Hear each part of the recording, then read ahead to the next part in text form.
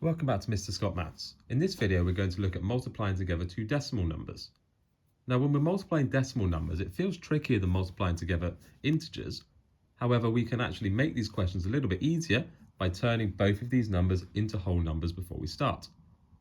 So I'm going to turn 0.6 into a whole number by multiplying it by 10, and that's going to give me 6. I'm also going to multiply by 0.7 by 10, and that's going to give me 7. And that takes my new question 6 times 7. Now the answer to 6 times 7 is 42. But this isn't our final answer. Because we've multiplied both of these numbers by 10, we need to undo that step by dividing back by 10 and dividing back by 10 again. Or we could think of it as dividing by 100.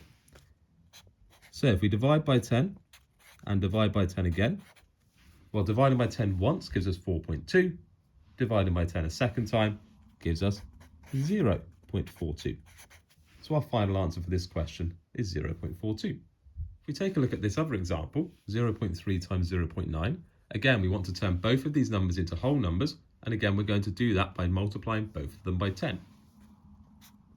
So I'm going to times 0.3 by 10 to get 3, and I'm going to times 0.9 by 10 to get 9.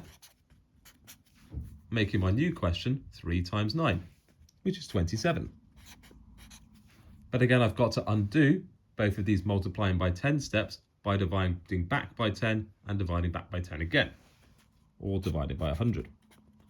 So I divide by 10 once, and that gives me 2.7.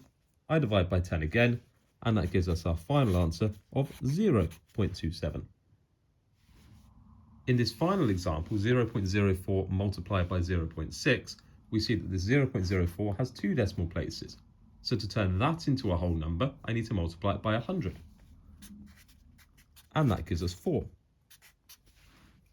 For 0.6, I need to multiply it by 10, and that gives us 6. Making our new question 4 times 6, well that's 24.